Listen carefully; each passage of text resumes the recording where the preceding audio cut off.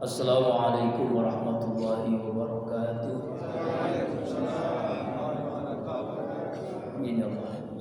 Subhanallah wa bihamdihi. Subhanallahil azim adada khalqihi wa rida nafsihi wa zinata arshihi wa midada kalimatihi. Asyhadu an la ilaha illallah wahdahu la syarika lah wa asyhadu anna sayyidana Muhammadan abduhu wa rasuluhu la nabiyya ba'dah. Allahumma sholli ala sayyidina wa maulana Muhammadin sallallahu alaihi ya Rasulullah wa ala alihi wa ashabihi wa man tabi'ahu bi ihsanin ila yaumiddin.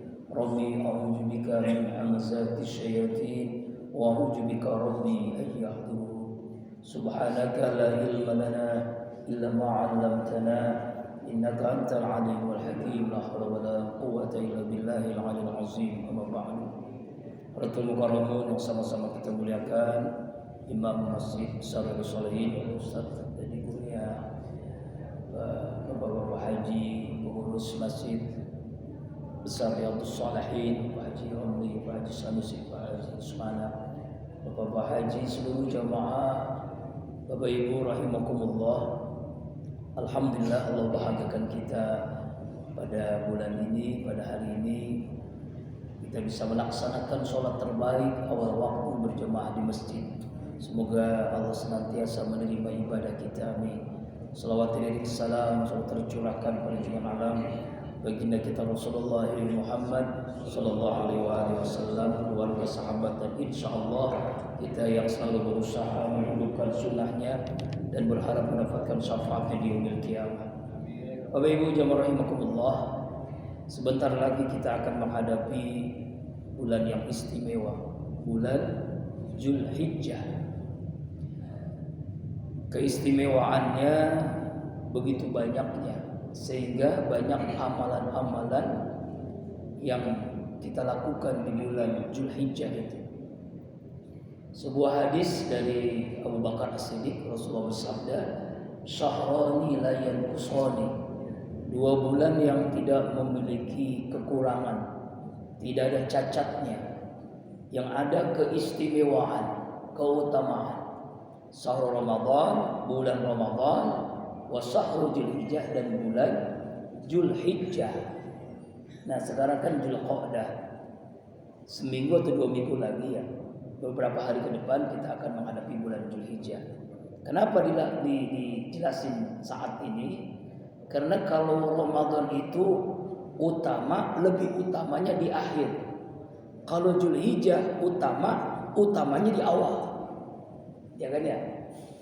Ramadan bulan diturunkan Al-Quran, bulan dilipat gandakan pahala. Keistimewaan yang terutama di akhir Ramadan karena adanya Lailatul Qadar. Nah, sedangkan Zulhijjah itu di awal, makanya dijelaskan di bulan Zulqa'dah hari ini. Ya, kenapa? Karena banyak keistimewaan yang kita tahu bahwa Zulhijjah ini adalah bulan yang sampai Allah sebutkan di dalam surah Al-Fajr, di dalam surah Al-Hajj, ya kan? Namanya surah Al-Hajj, surah haji. Seperti apa keistimewaannya? Lalu apa amalan-amalan yang kita lakukan? Kita akan kaji pada pagi ini. Mudah-mudahan kita bisa melaksanakan amalan-amalan di bulan Zulhijjah dengan maksimal. Amin. Yang pertama adalah keistimewaan bulan Zulhijjah itu, Allah bersumpah dengan 10 awal bulan Zulhijjah. Keistimewaan bulan Zulhijjah. Keistimewaan Zulhijjah.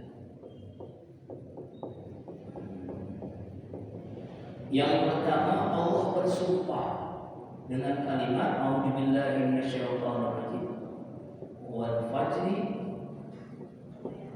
wa layalin ashr. Demi fajar dan layalin asri. Layalin asri itu adalah 10 awal Zulhijjah. Demi waktu subuh dan dan awal bulan Zulhijjah wal fajri. Kalau Allah bersumpah tentang segala sesuatu, pasti sesuatu itu memiliki keistimewaan. Allah bersumpah dengan waktu subuh. Waktu subuh itu waktu istimewa, wal fajri, waktu fajar. Apa keistimewaan? Yang pertama, sholat subuh itu sholat yang ajalnya itu ditambah dengan kalimat as-sholatu khairun minan naum. Pernah nggak Pak dengar zuhur, asar, maghrib, isya ada kalimat as-sholatu khairun minan naum? Nah, kalau ada muadzin seperti itu dimarahin ya sama warga. Ya. Kenapa pakai as-sholatu khairun minan naum? Bukti bahwasanya sholat subuh itu sholat yang istimewa. Yang kedua, sholat subuh, sholat yang tidak bisa dijamak, sholat yang tidak bisa dikosor. Ya, sholat zuhur asar bisa dijamak, ya, jamak takdim, jamak takhir, bisa dikosor, bisa diringkas. Ya kan, maghrib nggak bisa dikosor, tapi bisa dijamak dengan isya. Tapi sholat subuh tidak bisa dijamak, tidak bisa dikosor. Inilah sesuatu sholat yang istimewa. Yang ketiga, sholat yang semua malaikat berkumpul pagi ini, subuh ini. Saking hebatnya sholat subuh, seluruh malaikat berkumpul. Ya, itu sholat subuh. Sampai seluruh malaikat itu berkumpul itu mendoakan orang yang sholat subuh, dan kita yang sholat subuh berdoa diaminkan oleh para malaikat. Yang berikutnya keistimewaannya, Rasulullah mendoakan orang yang sholat subuh berjamaah di masjid. Allahumma barik lana, ya Allahumma bi bukurina, ya Allah berkahi umatku yang gelap-gelap sholat subuhnya di masjid. Dapat doa Rasulullah. Nggak mungkin Rasulullah kalau berdoa nggak dikabulkan kan? Ya, pasti dikabulkan. Makanya orang yang selalu berjamaah subuhnya di masjid hidupnya berkah. Mudah-mudahan Allah berikan keberkahan. Amin. Nah, itu wal fajri, Allah bersumpah karena saking istimewa waktu subuh. Kemudian walayalin asrin, malam-malam 10 Zulhijjah atau hari-hari bulan Zulhijjah, yaitu 10 awal Zulhijjah. Nah, ini yang membuat istimewanya bulan Zulhijjah, karena Allah Subhanahu wa taala berfirman walayalin asrin. Yang kedua, keistimewaan bulan Zulhijjah adalah ummatul ibadah, afdalu ayyami dunya, seutama-utama hari dunia. Yang kedua, utama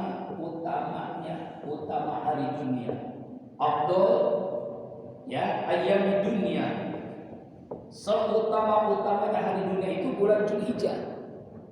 Sebagaimana hadis dari Rasulullah SAW dari Abbas radhiyallahu anhu, Rasulullah bersabda, "Afdalu ayyama min ya ayyamid dunya, ayyamul a'mal fi afdal min ayyamil asr." Tidak ada hari-hari di dunia yang termasuk hari-hari amal yang lebih baik dari 10 awal Zulhijjah. Lalu ada seorang sahabat bertanya, qala rajulun, ya wala mislaha fi sabilillah. Sahabat bertanya, bagaimana dengan hari seseorang yang mendapatkan pahala jihad fi sabilillah? Rasulullah terdiam, enggak langsung jawab. Nanya lagi, wala misla fi sabilillah, bagaimana dengan pahala jihad? Rasulullah terdiam, enggak langsung jawab. Yang ketiga kali, wala misla fi sabilillah, bagaimana dengan pahala jihad fi sabilillah? Baru yang ketiga kalinya Rasul menjawab, illa alla yarji'a, kecuali jika ia tidak kembali pulang.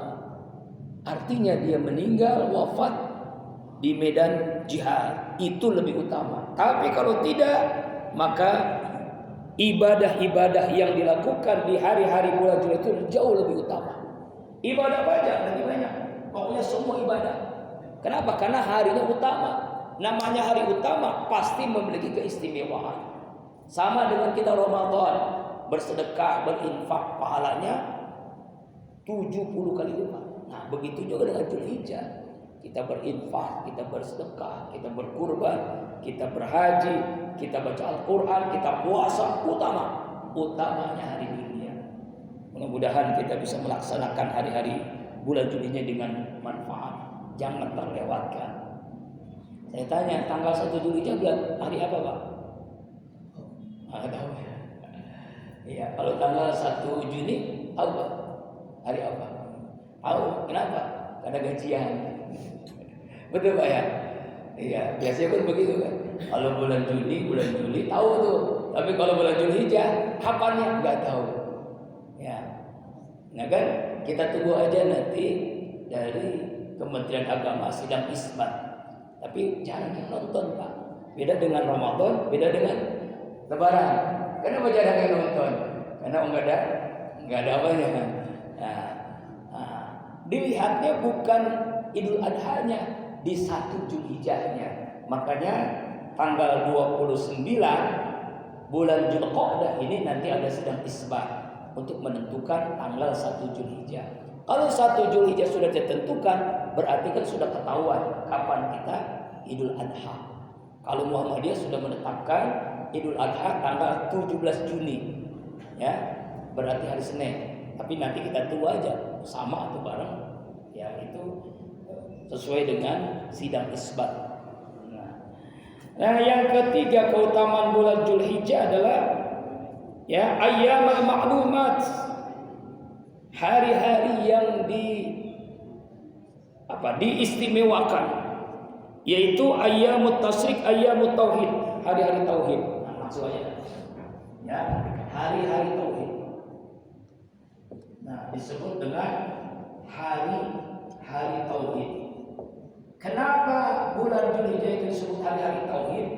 Karena selama bulan Zulhijjah itu pelaksanaan ibadah zikir itu lebih hebat lagi. Ada tasbih, ada tahmid, ada tahlil, ada takbir, ada talbiyah. Ya kan, labbaik Allahumma labbaik. Kan bulan Zulhijjah itu duyufullah, duyufur rahman sedang melaksanakan ibadah haji.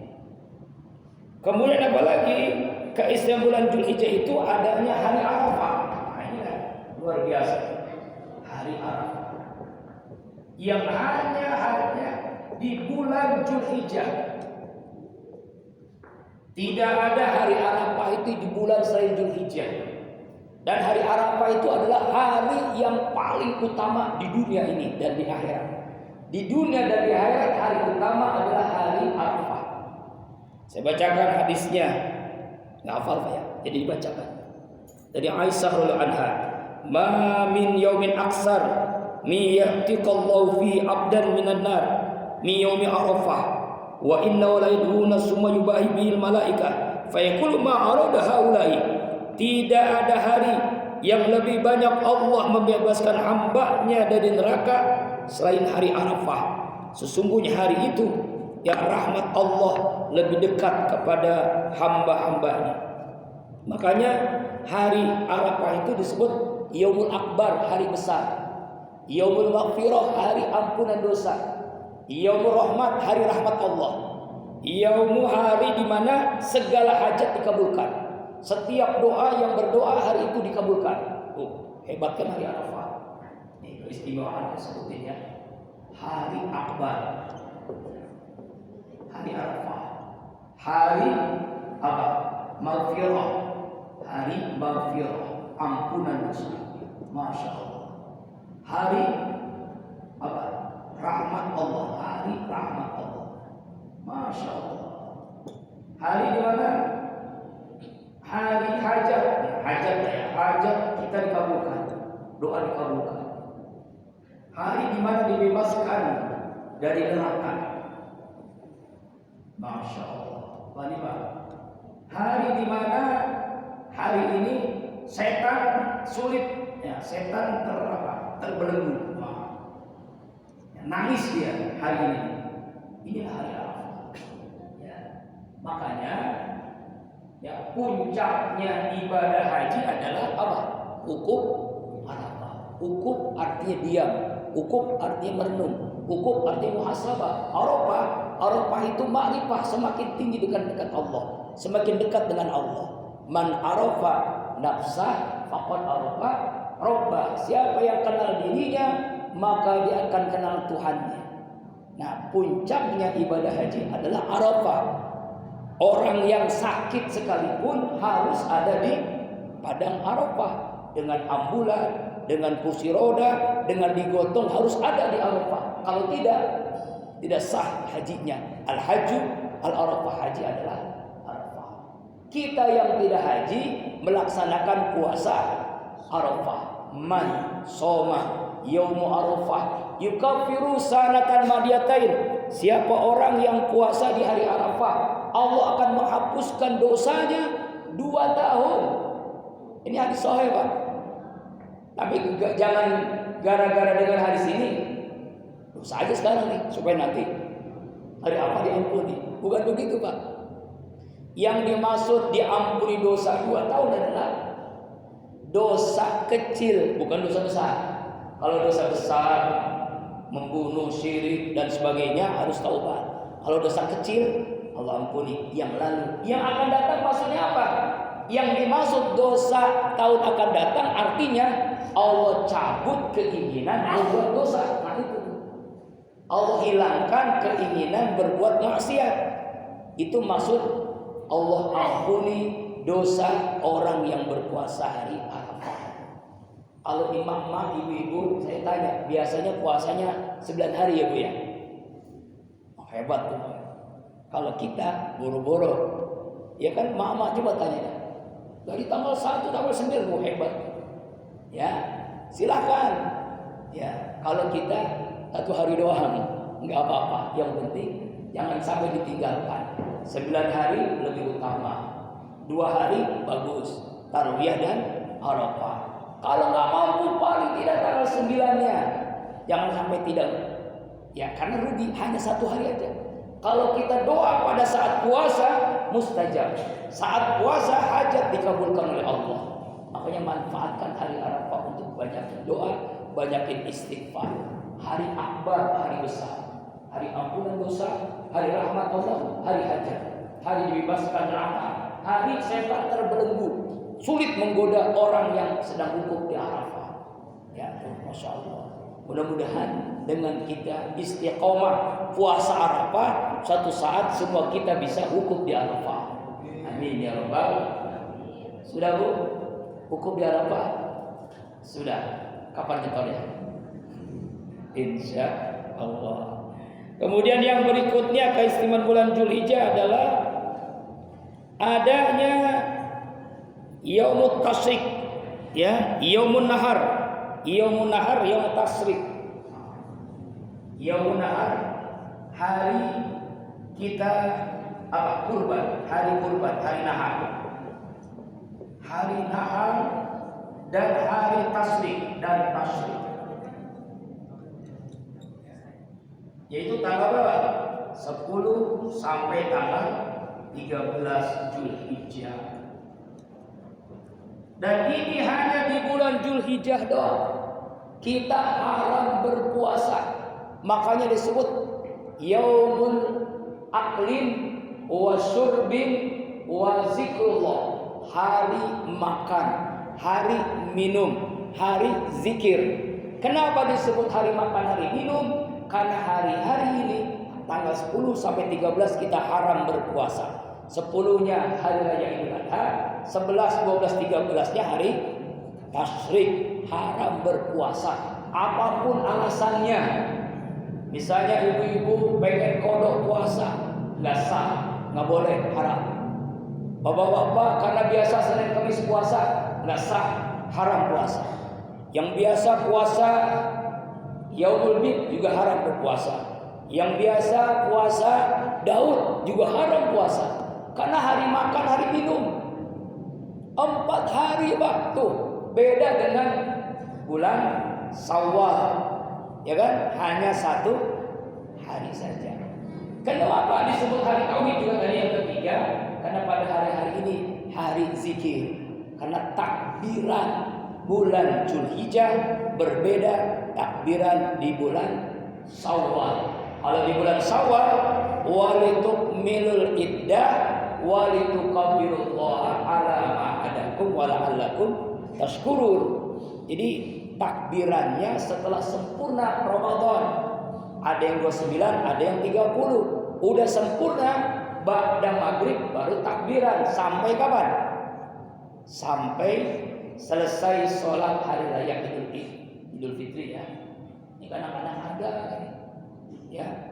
Habis sholat Id, habis Johor ada yang takbiran. Itu bukannya haram, makruh. Karena udah selesai takbirannya Idul Fitri. Sedangkan Idul Adha kapan mulainya? Ada dua pendapat. Yang pertama pendapat ya dari Ali bin Abi Thalib itu boleh takbiran sejak tanggal 9 Zulhijjah, udah boleh. Ba'da subuh, cuma enggak enggak biasa gitu, aneh mungkin ya. Tapi udah sunnah.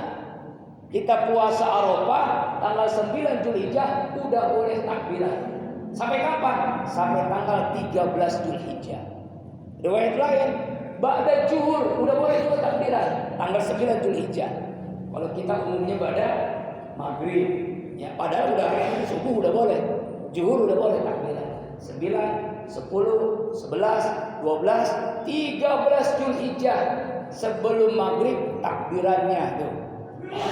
Berapa hari itu? 5 hari 5 malam takbiran. Ya Pak ya. Kalau puasanya haram 4 hari, kalau takbirannya 5 hari 5 malam.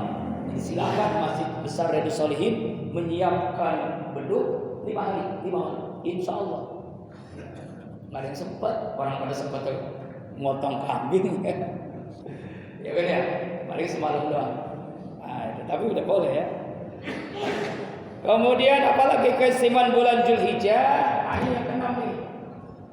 Yang keenam kok istimewa bulan Zulhijjah disebut dengan ummahatul ibadah. Ummahatul ibadah. Ummahatul ibadah artinya adalah induk ibadah. Seluruh syariat Islam ada di bulan Zulhijjah. Induk ibadah. Seluruh induk ibadah syariat Islam ada di bulan Zulhijjah. Pertama ibadah apa? Haji. Yang kedua ibadah umrah. Ketiga ibadah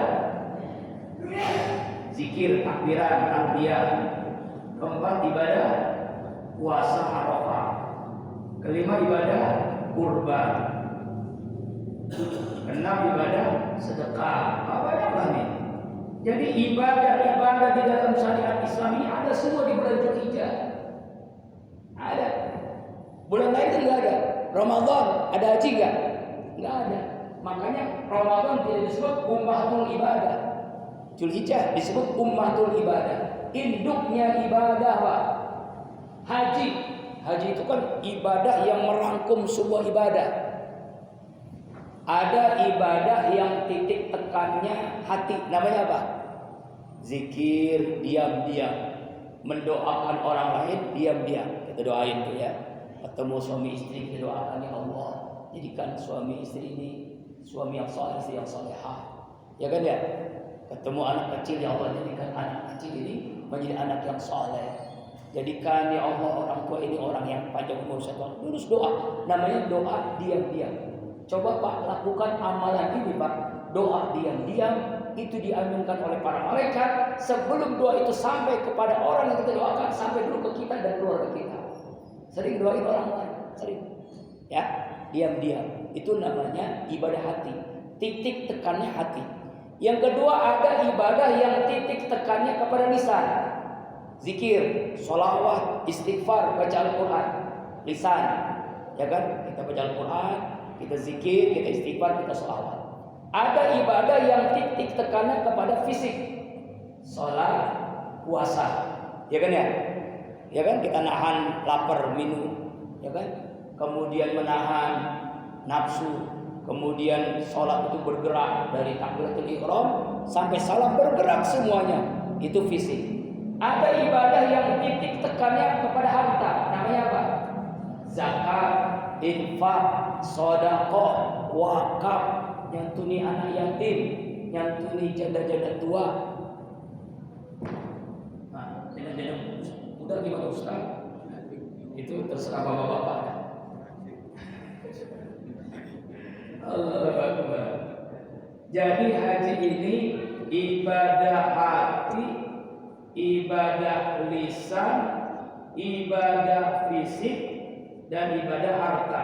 Masya Allah. Mana? Apa? Terima kasih. Terima kasih Pak Ustaz yang sudah dibantuin. Insya Allah. Makasih. Ya, ini ya mic-nya nggak sampai ya. Nah, itu bayangkan ibadah hati, ibadah lisan, ibadah fisik, ibadah harta. Contoh, ada orang ibadah hatinya ada niat, ya, niat untuk haji, ya, tapi duit belum ada. Kira-kira berangkat nggak? Belum. Harta banyak, ke Eropa, ke Amerika, ke seluruh dunia dia bisa. Tapi niat nggak ada untuk haji, berangkat nggak? Nggak berangkat. Itulah ibadah haji itu merangkum semua ibadah. Karena merangkum semua ibadah itu dilaksanakan bulan Dzulhijjah, maka bulan Dzulhijjah ini menjadi istimewa karena ada ibadah haji. Ya Pak ya. Dan kita harus yakin Pak, haji itu panggilan Allah, bukan panggilan siapa-siapa. Kalau Allah sudah memanggil kita, Allah mudahkan menuju tanah haram. Ya, makanya harus punya niat yang kuat. Nah, baru tadi mungkin semalam saya ngeliat handphone, ya ada berita pemulung tukang sampah tahun ini berangkat haji, nabung 26 tahun, Masya Allah. Diantarin sama teman-temannya dengan gerobak sampah ke embarkasi. Allahu Akbar. Bayangkan tukang bakso berangkat haji tahun ini. Ya Allah, banyak. Jadi yang penting niat yang kuat. Masalahnya kita niat yang kuat enggak? Ya kan? Saya tanya bapak-bapak yang merokok misalnya, rokok sehari berapa? Satu bungkus. Di Samsu berapa? Satu bungkus 21.000. 1.000 kan? Nah, kemarin saya beli bungkus satu Pak, bukan buat saya, buat tukang. Jadi tahu kan? Di Samsu 21 kita anggap 20 lah.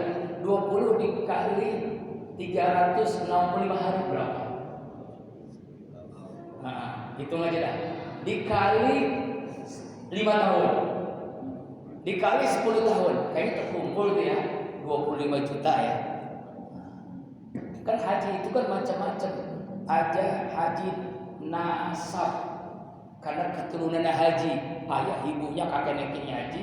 Mungkin karena doa dari kakek neneknya haji, maka Allah mudahkan anak-anaknya bisa haji. Amin. Yang kedua ada haji kasab. Tahu haji kasab? Karena dia berusaha keras. Tadi kan tukang pemulung, ya kan ya, tukang sampah, kemudian tukang daun, bisa berangkat haji Pak. Kenapa Pak bisa berangkat haji? Kan cuma jual daun pisang. Alhamdulillah Ustaz saya berangkat haji jual daun pisang dan kebun-kebunnya. Itu juga sama, haji yang penting haji, namanya kasab usaha. Ada haji nasib, tahu haji nasib Pak? Nah, ada orang berangkat jualan nasi uduk yang pernah saya jelasin itu kan ya kan, dia belanja di pasar Ciputat, kemudian ketika mau belanja ditabrak oleh mobil mama ini. Nah, orang yang nabrak ini tanggung jawab dibawa ke rumah sakit, dia obatin sampai dia ngomong, maaf Mak Haji, saya nggak tahu ada Mak Haji, saya tabrak Mak Haji, nggak tahu saya. Pokoknya semua biaya rumah sakit sampai Mak Haji sembuh saya akan tanggung. Ya, saya akan tanggung semua keinginan hajat Mak Haji, saya akan kasih usahanya kalau punya hajat. Maaf Pak, saya belum haji. Kenapa Bapak panggil saya Mak Haji? Nah, Allah berikan karunia orang yang nabrak itu karena Mak sudah memaafkan saya. Insya Allah tahun ini Mak bisa haji. Alhamdulillah. Jadi kalau jamaah dari Solih kalau pengen cepat berangkat haji, pulang cari mobil. Cari mobil Pak, cari mobil Bu ya. Yang nabrak, insya Allah mati. Haji enggak mati. Ada juga supir taksi Pak. Ini jelas nih, supir taksi dia punya penumpang, lalu tasnya ketinggalan di mobilnya. Dia lihat alamatnya, dikembaliin. Dia nggak lihat isinya apa, oh dikembaliin aja, dicari alamatnya.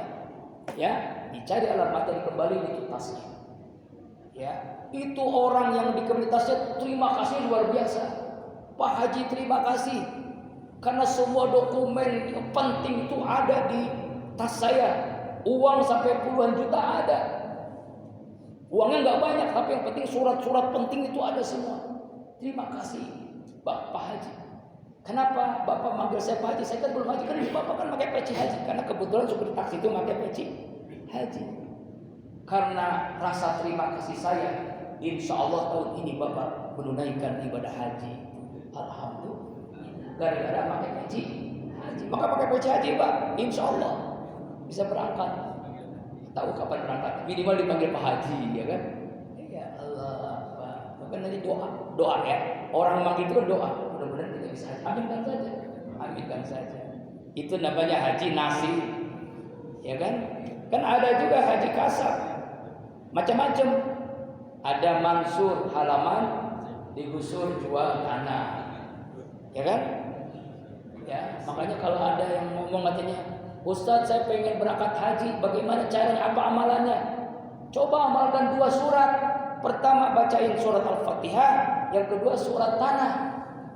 Ya. Tanahnya cuma 50 meter, sepetak-petaknya buat rumah doang, gimana nanti? Ya Allah. Kemudian haji kosasi. Apa itu? Ongkos dikasih. Ini paling enak deh Pak. Terima beres seperti tadi kan? Ya. Tukang nasi uduk dan supir taksi. Ya, Haji Abidin atas biaya dinas karena jadi pembimbing haji. Jadi apa? Ketua kloter biasa ini. Nah, kalau orang-orang yang kerja di KUA, pokoknya Kementerian Agama tuh kemungkinan bisa haji ini. Haji Abidin. Cuma dia daftar, diseleksi, diterima, ya, dia bisa menjadi pembimbing haji, menjadi ketua kloter gitu. Ya kan, tuh, kepala KUA yang ketika jadi KUA lah, atau di pengadilan agama itu bisa haji, namanya Haji Abidin, karena jadi pembimbing. Atau dokter, kan ada dokter haji kan, karena dia diperintahkan Kementerian Kesehatan untuk menjadi dokter di jamaah haji. Atau perawat juga bisa haji, perawat haji. Atau wartawan, Haji Abidin juga kan, wartawan yang meliput TV One misalnya atau TV apa begitu kan, dia meliput acara haji dan dia sekalian melaksanakan ibadah haji. Itu namanya Abidin atas dinas. Artinya adalah kalau Allah sudah memanggil kita, Allah mudahkan untuk menuju ke tanah haram. Mudah-mudahan supaya kita bisa haji. Ya. Yang penting udah nabung belum? Belum nabung. Ya. Nanti misalnya suatu saat udah nabung tapi kok belum bisa haji, Allah panggil, nanti di akhirat sudah lepas tanggung jawab. Ya Allah, hamba sudah nabung, tapi engkau sudah panggil duluan. Ya kan, udah haji Pak di sana. Ada kakak saya 2 orang sudah daftar haji, tapi Allah takdirkan sudah wafat duluan. Karena berangkatnya 2027, yang satu 2027, yang satu 2028. Tahun 2024 kemarin meninggal dunia. Berarti udah haji di sana. Ya, walaupun belum melaksanakan ibadah haji karena sudah daftar. Karena kan antri sekarang di Depok saja 28 tahun. Kecuali Bapak punya banyak 200 juta atau 250 juta ya. Sekitar itulah. Jadi tahun ini daftar, tahun ini berangkat. Ya. 200 juta atau 250 jutaan. Namanya haji plus haji furoda. Ya Pak ya? Bisa Pak? Jual apa? 200 juta. Ya Allah. Ya kalau punya tanah di Jakarta, ya. Tuh, saya setiap bulan tuh ngaji di Gandaria. Itu daerah Gandaria, Pak. Saya tanya, ini harga tanah sini berapa? Murah Ustaz, cuma 50 juta per meter. Bayangin 50 juta per meter. Kalau jual cuma 4 meter aja udah bisa berhaji itu kan? Bisa haji itu 4 meter aja bisa haji. Tapi nggak mungkin orang beli 4 meter kan? Tapi kalau 100 meter, masya Allah, itulah sampai begitu. Coba tanyakan kalau Jakarta, kalau Sudirman itu harga tanah mahal. Tapi kan udah bukan punya orang Betawi lagi, orang Betawi ada di sini semua dia di Parung, ya kan ya, di pinggiran karena uangnya udah habis, tanahnya sudah habis. Nah kembali lagi itulah haji. Dan haji ini ibadah istimewa karena merangkum semua ibadah hati, ibadah lisan, ibadah fisik, ibadah harta. Kemudian yang kedua umrah haji. Umrah. Makanya kalau haji reguler ini yang paling enak Pak, haji yang 40 hari. Kalau haji plus itu nggak ada 40 hari. Paling lama 30 hari. Kadang cuma 2 minggu, cuma rukun wajib haji doang. Nggak dapat arba'in. Kalau haji biasa bisa dapat arba'in. Manfaatkan itu waktu yang panjang itu untuk umrah berkali-kali. Tahun 2022 saya berangkat itu, ada seorang jamaah ibu-ibu karena suaminya nggak ikut karena belum daftar. Dia haji umrohnya sampai 9 kali Pak. Ya kan kita kan gelombang kedua. Gelombang kedua itu haji dulu dilaksanakan, waktu masih lama kan? Masih lama banget tuh kan? Ngapain lagi kita di sana di Mekah kan? Manfaatkan untuk umrah sunnah. Untuk siapa? Untuk orang tua, untuk suami, untuk mertua, untuk kakek nenek. Kita sebutin sekali-sekali. Kalau 9 kali udah berapa orang kita umroh, badal umroh untuk keluarga kita. Masya Allah. Itu pahalanya gede banget. Kalau fisiknya kuat. Tapi kalau fisiknya lemah jangan dipaksain. Sebab bayangkan perjalanan. Dan yang penting kan mikot dulu kan. Mikotnya dulu. Nanti kan tawaf. Misalnya tawaf 7 kali putaran. Satu putaran kalau di bawah itu sekitar berapa ratus meter ya. Jadi kita anggap aja. Misalnya 2 kilometer. Kemudian sa'i berapa kilometer. Ya kan? Udah itu aja kan. Ya kan? Mikot, tawaf, sa'i, tahalul udah selesai. Umrah dapat sekali. Ya kan? Bayangkan kalau 9 kali umroh, berarti kalau sekarang umroh 30 juta, 9 kali 30 berapa? Sedangkan haji tahun 2020 hanya 35 juta. Alhamdulillah, murah ya. Kalau sekarang berapa sekarang? 60-an ya.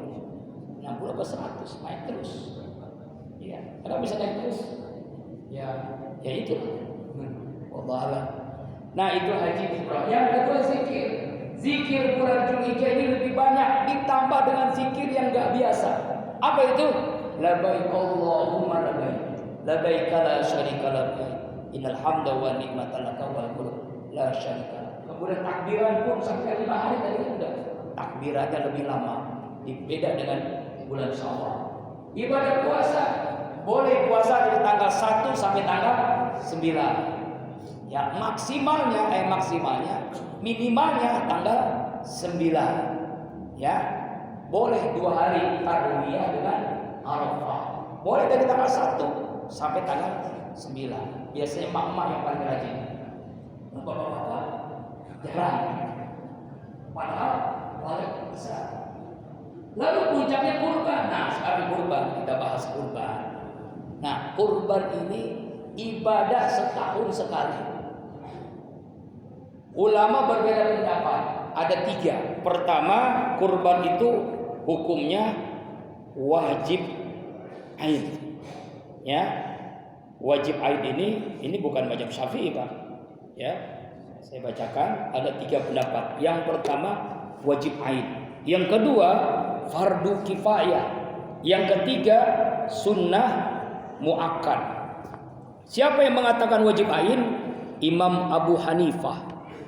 Imam Abu Hanifah, mazhab Hanafi, setiap muslim wajib berkurban. Wajib ain. Artinya kalau tidak kurban dosa dia. Sedangkan menurut jumhur ulama sunnah muakkadah. Imam Malik, Imam Syafi'i dan Imam Ahmad bin Hambal sunnah muakkadah, sunnah yang dikuatkan. Yang ketiga fardu kifayah. Fardu kifayah ini artinya sama dengan sholat jenazah. Kalau satu kampung, satu RT nggak ada yang kurban, satu kampung itu dosa semuanya. Kalau satu keluarga nggak ada yang berkurban, satu keluarga dosa semua. Siapa ini? Pendapat sebagian Imam Syafi'i. Jadi ada 3 hukum kurban. Hukum kurban dan kurban. Hukumnya pertama apa? Wajib ain atau fardu ain. Yang kedua sunnah muakkad. Ya, muakkad. Yang ketiga fardu kifayah. Cuma ini sebagai ilmu aja ya. Wajib ain mazhab Hanafi, Hanafiyah.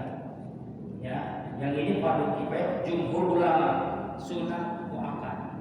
Jumhur ulama. Yang ini adalah Imam Syafi'i. sebagian mazhab Syafi'i. Nah, ini fardu kifayah. Nah, yang terpenting adalah bagaimana kurban ini ya menjadi sebuah keniscayaan bagi orang yang ingin dekat dengan Allah. Kurban itu artinya apa, Pak? Dekat. Dekat dengan siapa? Dekat dengan Allah. Dekat dengan Allah artinya dekat dengan hidayah Allah, dekat dengan kasih sayang Allah, dekat dengan ampunan Allah, dekat dengan surganya Allah. Mudah-mudahan kita semua bisa berkurban ya. Kurbannya dengan apa? Dengan sapi, dengan onta, dan dengan kambing. Jangan sampai korban. Ibu yang ngomong korban plaza. Lalu sekarang kita bicara kurban, bicara syarat. Syarat-syarat kurban. Syarat-syarat kurban. Yang pertama, syarat keyakinan. Orang yang berkurban dan orang yang menyembelih orang kurban harus muslim. Tidak boleh orang yang berkurban itu adalah orang kafir atau orang musyrik. Ya, sampai ya. Nah, berarti saya hapus di sini ya. Apa? Di sini ada. Ya, syarat-syarat kurban. Ya, syarat-syarat kurban. Yang pertama, syarat keyakinan. Syarat kurban. Syarat-syarat kurban. Ya, syarat kurban. Yang pertama, keyakinan. Orang yang berkurban harus Islam. Orang yang menyembelih harus Islam. Misalnya Masjid Besar Riyadhus Shalihin dapat sapi ya besar limosin, tapi bukan dari muslim, dari orang kafir, dari orang Konghucu, dari Buddha, dari Hindu misalnya. Pokoknya bukan Islam, dari Kristen. Sah nggak? Tidak sah. Sama dengan zakat, tidak sah. Ini pernah kejadian di kampung saya sendiri nih. Karena di situ kan ada orang Kristen yang ngontrak. Waktu Ramadan, orang kan pada zakat fitrah. Dia ikut-ikutan zakat fitrah. Beneran ikut-ikutan bawa beras ke musola. Ya tidak sah, maaf Pak, Bapak harus muslim dulu. Harus syahadat dulu baru kami terima. Oh begitu ya Pak? Ya iya. Harus muslim. Tidak sah zakat, tidak sah kurban dari orang yang bukan Islam. Kan ada akadnya nanti kan? Ada bacaannya. Allah meminta, ya Allah terima kurban ini fulan bin fulan. Masa siapa namanya Ahok bin siapa begitu misalnya, enggak sah. Jadi harus yang menyembelih pun harus muslim. Tidak sah orang yang berkurban dari orang kafir, ya kan? Yang kedua, syarat niat dan tujuan. Ini penting nih. Syarat niat tujuan. Niat tujuan. Sebenarnya semua ibadah juga niatnya harus benar. Apa itu? Fasholli li rabbika wanhar. Salatlah karena Allah, berkurbanlah karena Allah. Bukan niat apapun. Contoh, misalnya nih kalau di Sabar sini, sebentar lagi pilkada juga kan ya? Pilkada kan ya? Kemarin kan pilpres, pileg udah selesai. Sekarang mau pilkada nih. Pemilihan bupati kalau di Depok, wali kota, ya kan? Nah, ya kan ya? Ya pilkada, ada pilkada, ada pilkabe Bu. Apa bedanya Bu? Kalau pilkabe lupa jadi, kalau pilkada jadi, ya. Nah, pengen jadi dia, akhirnya dia kurban setiap masjid itu. Masjid Riyadhus Shalihin 2 ekor sapi, musola ini 1 ekor sapi, musola itu 1 ekor kambing. Ya, namanya fulan bin fulan. Tujuannya ingin dipilih supaya jadi wali kota, bupati. Sah nggak? Tidak sah. Karena niatnya sudah melenceng. Niatnya bukan karena Allah, niatnya karena ingin politik, ingin bisnisnya lancar juga sama. Utang ingin lunas dia kurban, nggak salah. Tapi yang tahu siapa kan? Dirinya sendiri. Nggak mungkin Mas itu tanya, ente kurban karena siapa nih? Nggak mungkin tanya gitu kan? Nggak mungkin panitia itu nanya. Inilah kesadaran dirinya. Inna sholati wa nusuki wa mahyaya wa mamati lillahi rabbil karena Allah. Yang ketiga, syarat hewannya. Hewannya tidak ada hewan yang sudah ditentukan oleh syariat. Tidak bisa diganti-ganti hewan kurban itu. Pertama apa? Onta. Kedua, sapi. Ketiga, kambing. Boleh nggak ayam? Boleh. Jual dulu baru beli kambing. Oh, boleh nih. Syarat hewannya onta. Onta. Boleh nggak di masih dari solid korban onta?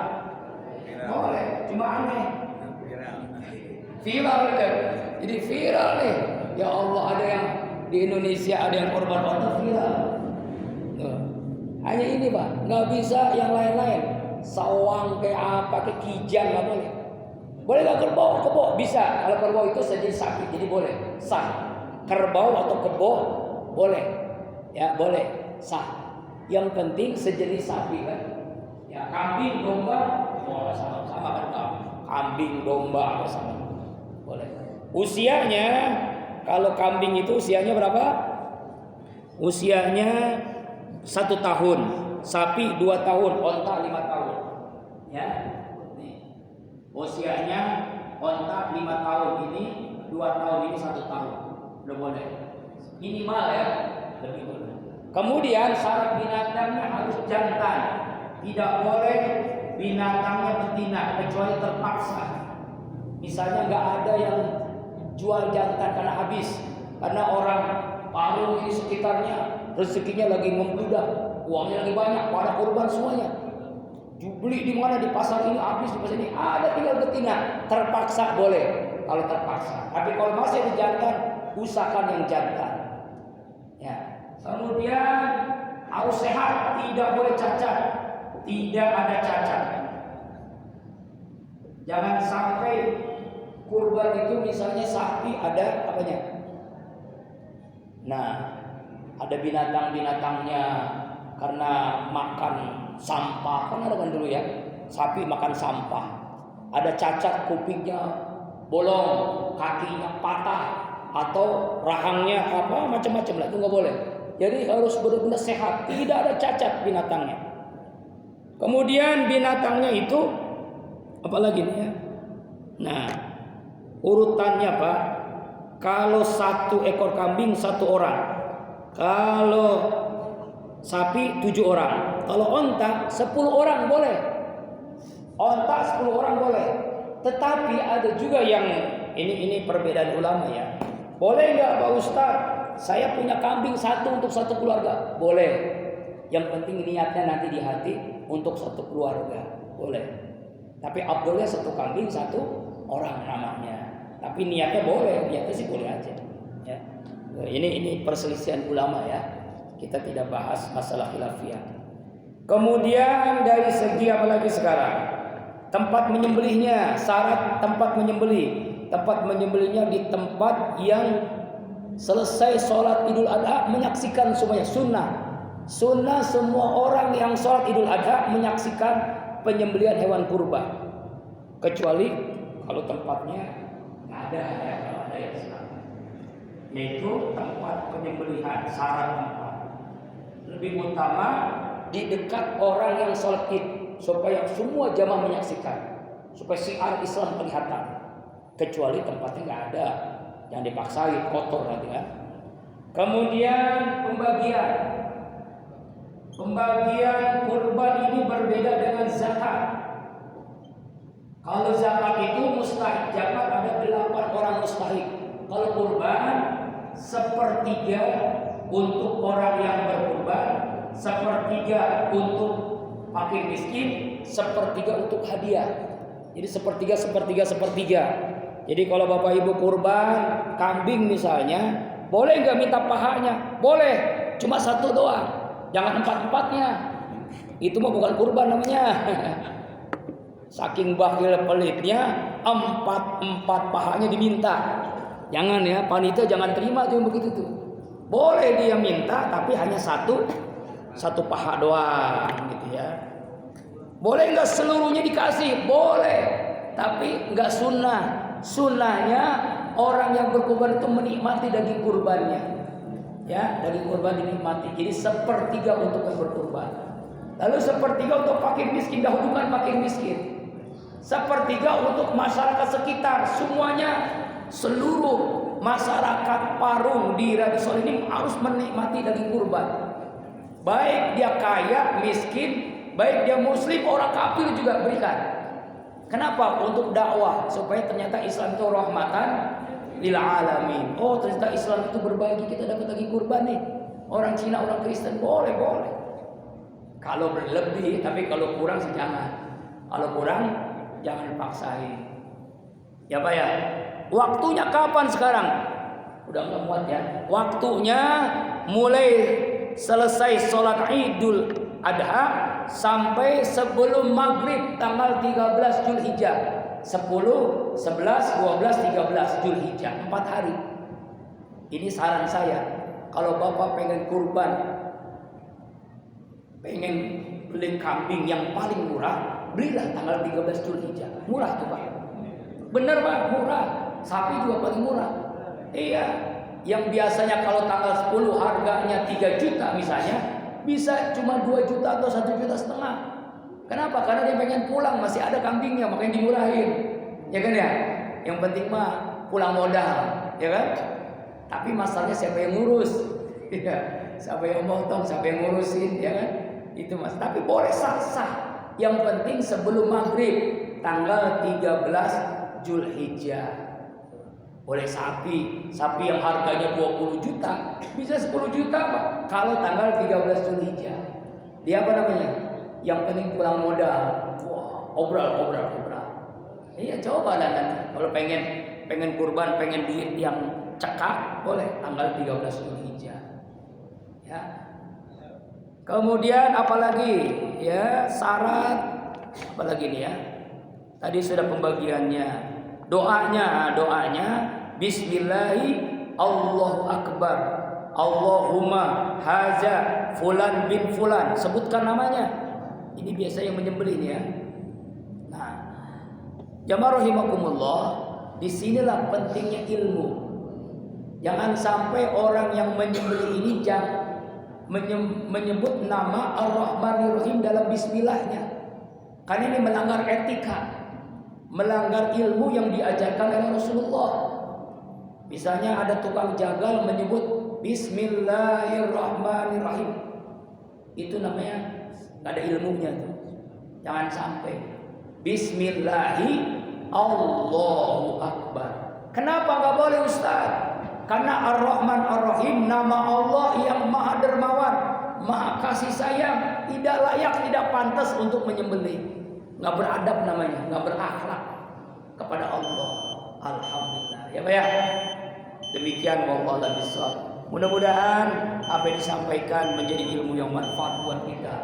Dan ingatlah, semua yang kita keluarkan, ongkos haji, ongkos kurban, itu pasti Allah balas minimal 700 kali lipat.